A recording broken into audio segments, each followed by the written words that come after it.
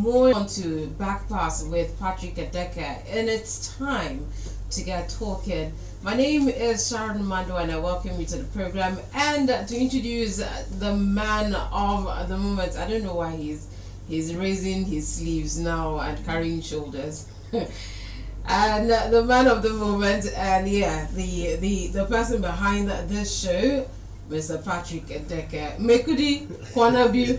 Yeah. Give me a yard. Laughing. Alright, it's just if you're just tuning in, this is some Patrick Adeka on the it's 96.5 FM. I was almost saying my name is Sharon Mando. Hey, my name is Patrick Adeka. It's another exciting moment with us here on Tuesday on Memories 96.5 FM as you tune into Backpass with Patrick Adeka. Sincere apologies, we couldn't bring this program your way last week. It was just due to some issues that were beyond our control, and we sincerely apologize for that. I mean, this week we're here with you guys. We sincerely miss you guys, and we hope for actually letting you say, it's a season of 1 year anniversary across the country, especially when it has to do with politics per se, from our own dear state. And on this occasion, we wouldn't be engaging in any kind of Afghanistanism. We were coming back home. Charity the same begins at home. So we're going to look at what has been achieved so far in the last 1 year of His Excellency Pastor Umoino-led administration in Akwa Ibom State. We're going to look at a couple of things. I know 1 hour is not enough for us to look at the things we need to look at. We're just going to be take a look at some of the key things that need to look at, and as time permits, we will extensively dissect them and see how well and how much better it can get. Remember, this is an interactive session on Backpass with Patrick Adeka on Memories 96.5 FM. You can be part of this program from the onset. That's the unique thing about it today. From the onset, you can dial the number 080-3085-7755. Or alternatively, you can send us a WhatsApp message on 080-9066-6909. We are not here alone in the house today. I've got an astute gentleman here in the house. I like referring to him as an astute gentleman in the house. He is a professional in governance and things that have to do with governance, but I like to look at him at contemporary issues and public affairs. He's no other person than Mr. Quincy Ubong. We say it's nice to have you in the studio. Good morning, Patrick. It's always good morning, listeners. It's always good to be here. Yeah, I forgot to tell you guys that Sharon Mando is looking very beautiful this morning, and she's wearing red. I caught my attention. Now, that was another side. Quincy, come back to me. Look at me. You stop again, Sharon. Now, Akwa Ibom State Governor, Pastor Umoino, he inaugurated permanent secretaries, as well as other public and civil servants in the state to embrace a result-oriented approach to service. Now, I want to lay emphasis on that. A result-oriented approach to seeking excuses. Now, 12 new permanent secretaries, and that they should ensure that the full implementation of the RISE agenda is effectively implemented in their ministry. Now, there are two things I want to look at. I want to read out the names of the permanent secretary. So we take it from there. We've got Mrs. Grace Apan, Mr. Ima Udansek, Dr. Emmanuel, Mr. Ignatius Ekwere, Mrs. Elsie Peters, Dr. Ibemi, Mr. Ede Isongoroa, Dr. John O'Rourke, Dr. Abraham, Dr. Friday. Now, the key thing here is result-oriented approach to service rather than making excuse. And I think it resonated with the mantra of His Excellency when he said, look, listen, going forward, you will work as you go. It's no longer the issue of, guy's not in the office, so the files must lay there till he comes. Now, I think in this perspective, 100%. I mean, since His Excellency Pastor Mano came into office, have we really had that issue in Akwa Ibom State where you're told the guy's not in office? He told us from day one that he is bringing ICT technology into governance, where even when the governor is not in the country, files can pass from table to table. What ought to be done will be done. And then engaging these permanent secretaries, I think is only normal that His Excellency would give them the marching orders from day one. He is a leader that leads by example, and so you expect his lieutenants to do likewise. And so if the governor gives that instruction from day one, they now know. Come to think about it, these are the persons that will help to translate the, especially the civil service apparatus using that. Did that, and I want to believe that they caught what he said and they will run with it. Yeah, I know people might say, hey, 1 year is pretty small to effectively, look at administration in total and what they've been able to achieve over time. But with this administration, it's a little bit different, because in 1 year, we've had testimonies of, not just testimonies, there are stuff for you to see and grab of what His Excellency has done. And you see, he said that he was going to demystify governance, and then we're going to see that governance is at our fingertip, and that's why for the 1 year celebration, His Excellency has rolled out the events. Now, I this is somehow new to us, where government is actually government of the people, by the people, and for the people. So you actually know what His Excellency is going to do at a particular point, and then you can just cue it. Now, going by that and seeing what His Excellency has rolled out, on April 29, His Excellency sworn the permanent secretaries we just talked about. He had an ESCO ministerial review.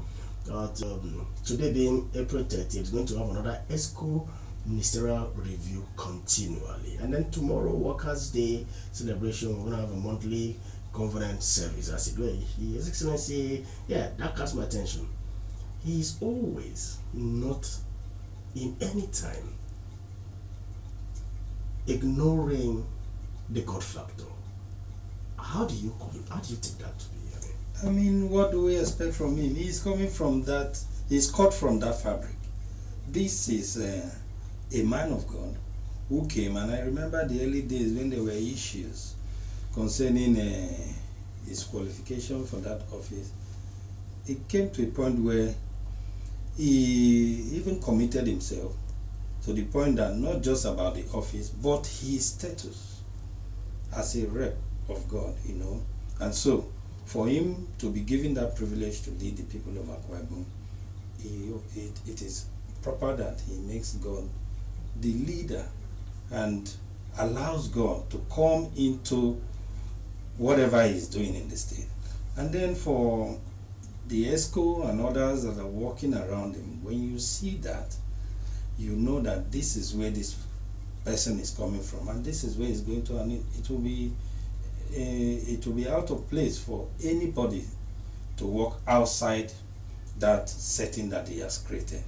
You were talking of looking at the first 1 year in office.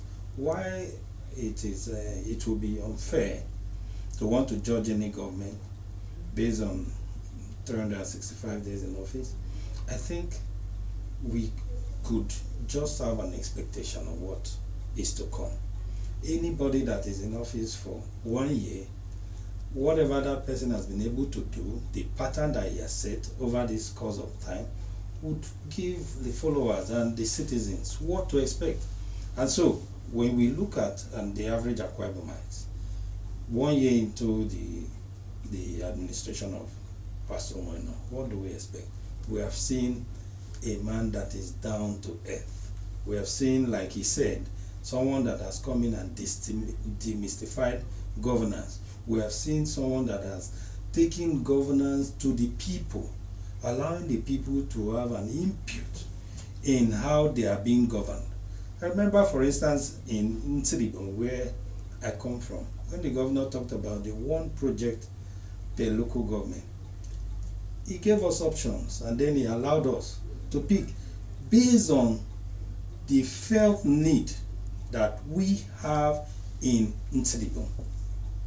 It's not like the government being centralized and they tell you we're coming to Nsibibon and we're doing this, when that may not really be what the people there would need at that material point in time. And come to think of it, in the last 2 or 3 administrations in the state, we have hardly even had any project. But within the first 1 year of this administration, I think the first 1 month, the governor came to Nsribo and flagged off the World Bank Ramp project, which is virtually completed. And then soon afterward, about 3 or 4 months later, he came back to flag off the modern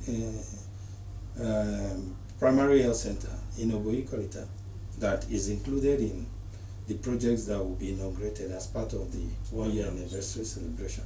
And so, for we in Nsribo, we are more than convinced that if within the first 1 year of this administration, we are beginning to feel governance, we are beginning to feel the impact of this administration, we expect that in the next 3 years, before the end of this first term of his administration, Nsribo would have been somewhere where we had always thought of. And I also want to expand that feeling that we are having in Nsribo to most of the other local government, because I think this is the first time in 1 year, virtually all of the 31 local governments have something to say. I was going to come there because I looked at the administration of His Excellency Pastor Moore, and I discovered that there is absolutely no political ward in Akwa Ibom State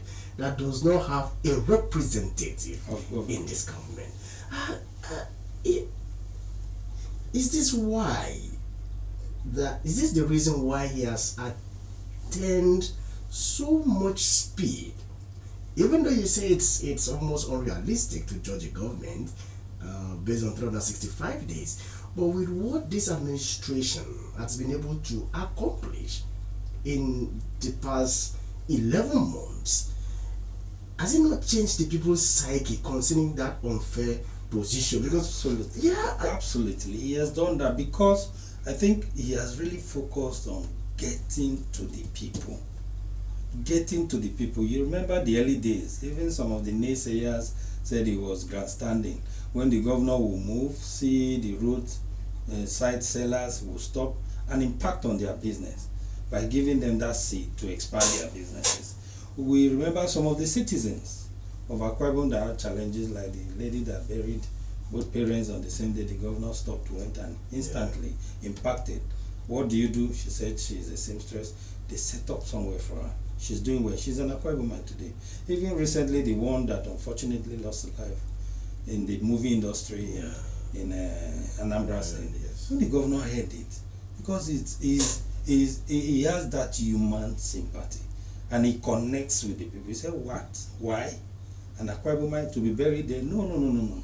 He stepped into the issue and eventually got to the family, reached out to them, and they could feel their governor coming to sit down, empathizing with them and inquiring to know what he could do to help, And so when you look at that, side by side with all of his other policies, he came up with the bulk purchase agency. What was it all about? To help people to get food on their tables. These are the common people we're looking at. And so when you look at virtually all of his policies, it is people-centric. And we're talking of the people in the grassroots, the people in the rural area, because like the project I've mentioned in my local government, they are all about the people, getting healthcare services to the people. And then I believe the people in Oboyi Korita today and the neighboring villages will not have the need to come down to you whenever they have these basic health challenge. You need to see the place. Sure you like it. Yeah, definitely, because I'll have the option than to like it. I haven't seen the quality of job that was done at CKS Primary School along Barracks Road. Now, but I was on my way to the studio this morning. I was privileged to meet a very lovely lady, and then she saw my arising signal on my clothes, and then she was like, I smiled, and she said, look, she never liked him when he was being unveiled, but as it stands today, that in fact, as long as she's concerned, she doesn't even need to see him before she will begin to campaign for him for the second round. And I was like, why do you want to do that? That's it, that he is human centric. For her, That is what matters. That yeah, some people have built this, some people have built that. She's not really interested in what people have. That His Excellency, Pastor Moeno, is so concerned about what affects the people directly. Now, does that speak to his compassionate nature? Of course it does. He has demonstrated it over and over again. You sharing your experience. I also have one with my neighbor 2 days ago. We were discussing, and she said that looking at the to be inaugurated in the coast of, and I think one of the first is the roads in Shelter. Yeah, that's correct. And she said, the target is always the elites. The elites in this. And I told her, go through. Don't just look at the first one. Yeah, I go through. Let me just read some of the okay. roads. We've got on May 3rd, we're going to have the commission of the 3.3 kilometer Idwa Road in Ekeb local government area, commissioning of emergency at Afiance Road in Ekeb, the construction of the local government chairman's official residence in Ekeb. On May 16, we'll commission the 160-meter span Ntoide Koramba Bridge with 800-meter approach road in Oborokara. On May 17, we're commissioning primary health center at Ikonkwo, and we're also commissioning the CKS Model Primary School, Ewed Model Primary School. So we've got a whole lot of program here that cuts across. The one you talked about is on May 24, the one that involves you, the primary health center at Ndotin Sinatai, right? Yes, yeah. Oboyi Korita. Yeah, and then on May 20th, we have 1.8 kilometer Polico Crescent, 10 kilometer Emmanuel Avenue, and 0.8 kilometer Oboremium Street. We've got commissioning of 8.5 kilometer Eastside Internal Security Road. That's on May 25th. Commissioning of the phase 2 of the VAIA parallel taxiway and rapid exit. That's on May 25th as well. So many projects. There is absolutely no local government. I don't because at this point I don't want to look at federal constituency. I'm going very directly. There's absolutely no local government area in Akwa Ibom State that have not felt the impact of its infrastructural policy, not even talk about humanity, infrastructural policy in the last 11 months. And let me emphasize something. Please go ahead. When you started, you mentioned emergency intervention. That means not really planned for, budgeted for per se, but when His Excellency's attention is drawn to it, he immediately swings into action. And you see that we have a number of such projects. When he came in, one of the projects in Eket, like you mentioned, the Afara road, is an emergency road. Yeah. You also have the Goreti in Ikorikbene. Yeah, these are the ones he's going to commission. Yes, I'm just looking at those interventions that, because of his nature, the kind of person he is, you see that this thing affects your people in that particular community or environment. They take you there, you see, and instantly the governor, unlike in the past when some of these things will continue to deteriorate until maybe life is lost before you see government coming in. You see what's the name? Is it Etomokonusa, somewhere in Nwaiba? That's correct. You also have where the church was almost gone. The governor intervened, and then the flood control in Atiku Abubakar. You see, the thing is, Mr. Quincy, there are a plethora of projects that have been completed, that have kickstarted, that have been flagged up. They are ongoing right now in Akwa Ibom State. And whether you like it or not, Akwa Ibom State at this point has become one mega construction site of some sorts.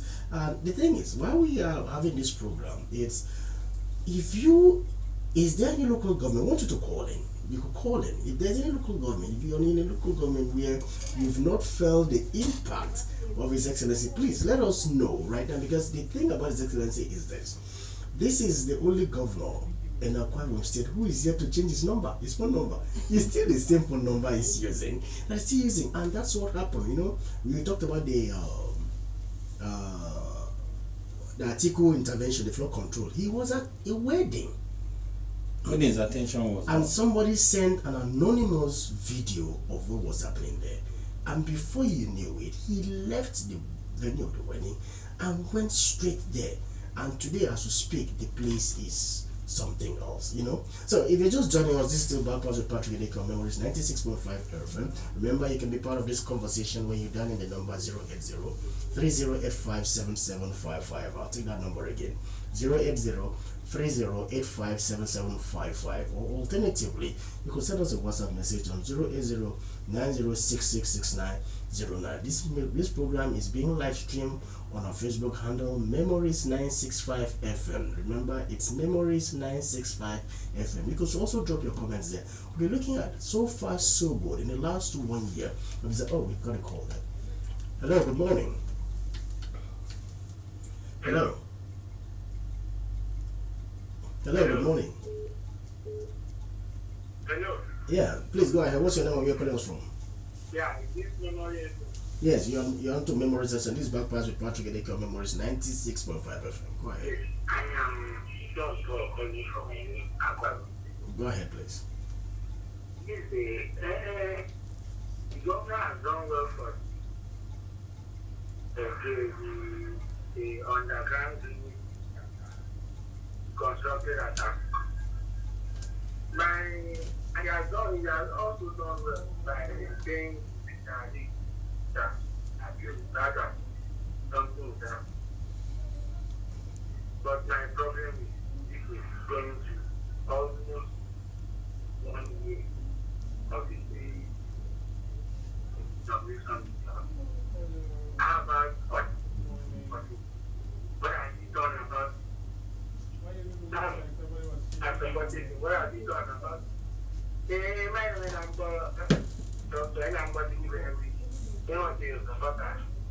Oh, okay. Are you okay? What has he done about the supporters, right? Is that if I get you appropriate? Yes. Supporters. Is it only when they don't want to okay, they say no, I'm going no. How about those ones that did it that don't have the work? How do they do it? Okay. All right. That's my question. All right. Quincy. Yeah. The last caller just talked about the governor. In fact, we didn't even mention it because we were talking about so many things he has done. He drew attention to the governor paying retirees, governor releasing about 16.1 billion naira for gratuity and all whatnot. But he's saying, what has the governor done for his supporters? You are a public affairs analyst. I think I should allow you. What has the governor done for his supporters? He has done so much, so much. Virtually all of what we have been listing out here, I think the supporters are beneficiaries too. That is on the general note. But when you look at his style of politics, let's leave administration now. Go to politics. How has he gone about his appointments? In the past, we have been used to a centralized kind of appointment where, like the last caller said, if you don't have a godfather, yes, it becomes so difficult. The governor could have made it his prerogative while picking the ward PAs to centralize the appointment and then do it in the government house, you know. But what did he do? He asked stakeholders in the various wards. And I remember he instructed clearly that nobody should leave his ward and go to another ward to influence. And he emphasized that everybody appointed should be someone resident in that ward, living in that village. And today we have 368 persons working as aides to the governor, all of them resident in their various villages. The people in the local communities can see them, can communicate with them. He has given them responsibilities. Initially people say, just appoint people and keep them like that. When the bulk purchase agency stuff came, he assigned responsibilities to them. Now look at the transition committees. When he got to the time, the governor could have as well appointed everybody on that list on his own. And then when he chose that part, that is when godfatherism is really emphasized, because if you don't have somebody high up there, nobody will recommend. What did he do again? He asked that go to each of the wards. Who do you pick? You of course pick one of his supporters, one of those that really worked for him, and then they pick person. So each of the transition committees in all of the local government, you have at least one person from each ward. I can tell you for free, in the past you could have a transition committee of say 7, 8, 9 members, and one ward could produce 3 or 4. That's correct. And so many other wards will not even have one rep on that lane. But the governor has come to simplify all of this. Are we talking about his aides, the media aides, the mobilizers?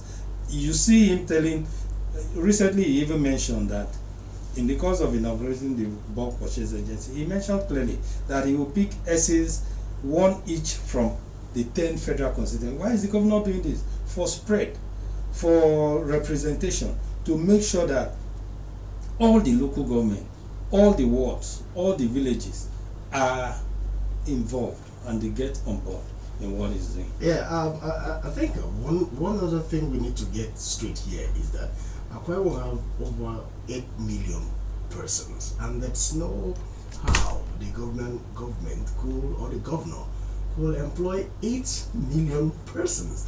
But you see, that's why the government is trying to balance it out by creating an enabling environment for these 8 million people to thrive. If you look at the Arise agenda extensively, and one of the key nuggets there is stemming the rural-urban migration by creating enabling environment for agriculture to thrive. You see, this is one of the places where the supporters can take advantage of, and there are programs everywhere. You know, there's the led, there's the Dakar Skills Acquisition that for the supporters. Now, coming back home again, please, let's not get it wrong. His Excellency has always looked at Akwa Ibom State as Akwa Ibom project, not a PDP project. And I said that with a whole lot of emphasis. And that's why you discover when the Arise agenda was brought out there, the people that came to dissect the Arise agenda itself, the Akwa Ibomans that came, they were not party based. It was everybody, and that's why it's going to take us to the next issue. But if you're just joining us, you're still back with Patrick Edeke on Memories 96.5 FM. Remember, you can be part of this conversation. Calling, tell us what is happening in your local government, what project is going on in your local government, if there is, because I know that there is actually. If there is, tell us the state at which the job is going. Calling the number 080-3085-7755, or you can just send us a message on 080-9066-6909. If you're on Facebook, this program is live streaming. Okay, we've got a caller then. Hello. Hello, good morning. Hello, good morning. This is Back Pause with Patrick Edeke on Memories 96.5 FM. It's okay, my name is Bobby Apan. God, Yapan, please go ahead. Where are you calling us from, I'm please? calling from Nicola Yanitami, to local government area of Akwa Ibom State. Go ahead, buddy. For now, I don't really know any ongoing projects of the government in the local government. I want to talk specifically about in the local government area. Some time ago, NDDC came, made a road motorable. In the course of constructing that road, they realized it motorable. Nobody can go out of that village now. Nobody can go to market. The village is a problem. School children, who school outside the school is outside the village. In the middle of the village, it is an eyesore. So I take this opportunity to beg the Deputy Governor of Akwa Ibom State, please, Pastor Man, I'll come to our aid. Thank you very much. Thank you, Gordy. Okay, we've got another caller. Before you answer that, we've got another caller. Hello, good morning. Hello, speak up. Good morning. Good morning. Please, your name and where you're calling us from. Okay, my name is Sakarimo, calling from Uyo. Sakarimo, please go ahead. Yeah, my observation is that all the projects in the commission have not mentioned anyone from government because of Okay. yeah, that's my take. All right. In all the mentioned things have not been government because of. Okay. Mr. Quincy. Yeah, before we drop The first, what he said. let me go back to the last caller. That's good. The first caller. Yes, it's You know, he talked about the impact of the government on the governor's projects. we're going to call Quincy, please hold on. Hello, good morning. Hello?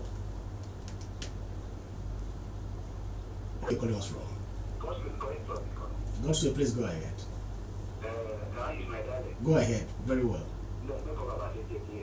governor of Ghana, when you meet and go get some kids, they get what you don't pay on your something, that's what you in my own village, you get that.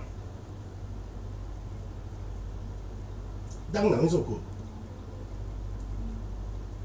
Hello, Goswell, are you there? Have we lost Goswell? Oh, we've lost Goswell. All right, quickly, let's look at what Godi said. He said it to local government. So going back to the first one, while we talked about the appointments and all of them, you also mentioned the fact that there are other programs of the governor which should help to get to touch as many lives as possible. For students, he has the bursary program that has come up, and then you mentioned the BOM-led and the Dakada skills acquisition, where we could take advantage of these things. And then, of course, agriculture, cut across the 31 local governments. That could be another veritable source to liberate so many people. So I want to encourage that caller.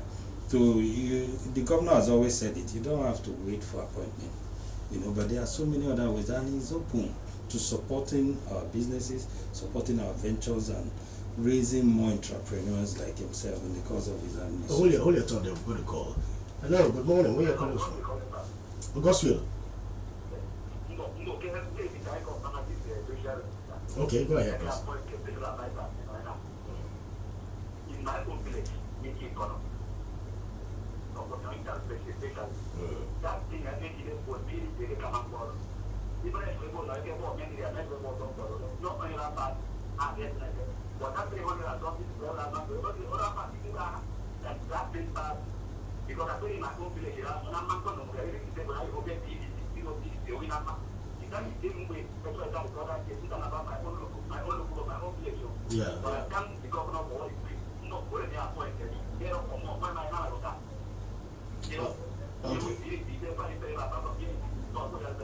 No, I'm funny about Goswell. That's why we are here. Our governor is a listening governor. That's why you're here. We've got another caller. Hello. Hello, good morning. Please speak up. Your name and where you're calling us from. Okay. I want to get one family. All right, got it. The governor has emphasized the fact that God of course we should go back to farming. Yes, got it. And you and I are talking now. Yes, got it. You have a right farm because I am the supervisor of that farm. By May ending, we will harvest the short grain and all others in the village. How do we take out? How do people come in? We are building a million factory in the same village called Yanita. That I take it before, take the road into the village. So, from the fact that the village is now coming up as the two bracket of the state, who can fit my village into local government and everybody in a private state. All right. Let the government do something about it. All right. Thank you, Godi. All right. Thank you so much, Godi. Quincy, you heard Godi there. First of all, Godi is saying, not even saying, it's something we've known over time that he too with the rice project. So you were saying something, and then that has to do with the agriculture, because I recall His Excellency saying that all local government chairmen, especially the transition chairmen, should try and provide at least 3 hectares of land, 3 in the capital, council, where governments at the center will come cultivate for them, and then they should liaise with individual wards where they can create at least 1 hectare again, where government will come in, cultivate for them, provide seedlings, and then take off. Yes, buy off from them again. And now we have this rice coming, and you know very well the issue of rice. Every time we are already having the staple food going on right now, which is rice, beans, and gari. And then you all know that during the Yuletide season, rice is always an issue for us too. So if we have that in it too, now from what Godi has said, what's your take? I think it's a good, that is the essence of this program, because to the government. God has given us a very useful information. I also want to encourage him that he should get to the Minister of Agriculture. Room 99, Godi, if you're listening to us, room 99, the State Secretariat, that's where you get appropriate information. There are lots of programs of government at the moment. Rice is captured in it, so you get support. I think you just have to do that.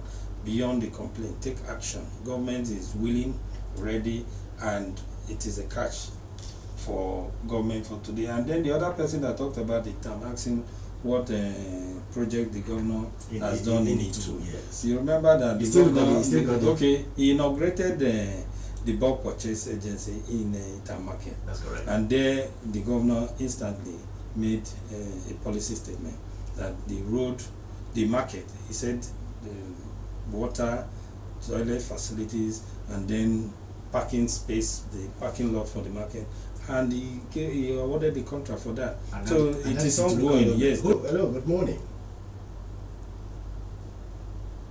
Hello. Hello. Good morning. You can hear us. Please speak up your name and where you're calling us from. Oh, we've lost that one. Yeah, and that's it to local government, right? Yes. And I also recall that the governor has doled out about 1.5 billion naira interest-free traders loan. So part of the Uyo senatorial district. He made it senatorial yes, district, yes. you know. So there are benefits, and then the person from Ikono too. Yeah. One of the early projects, the governor clearly mentioned the creating a medical tourism corridor between the Igbo specialists going to Ikolopele and the Ikono course across. You know, so he's talking about the what governors, as they are referred to, that's the PAs, okay, making in, yes, which is not the same thing in my own village. Oh, we've got a call. Hello. Hello. Good morning. If you can hear us, please, your name and where you're calling us from. Let's speak up. Your name and where you're calling us from, please. Yeah, I can hear you. Go ahead. All right, okay, go ahead.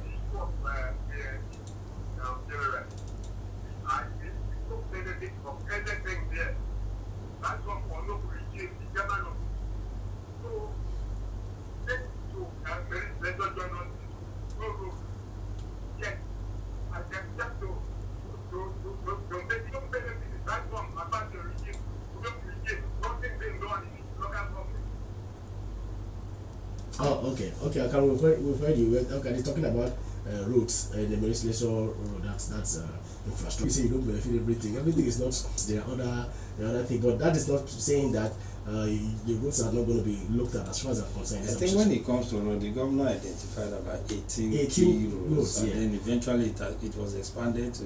We've got another call. Hello. Good morning. Hello. Good morning. Yes, please. Your name and where you're calling us from.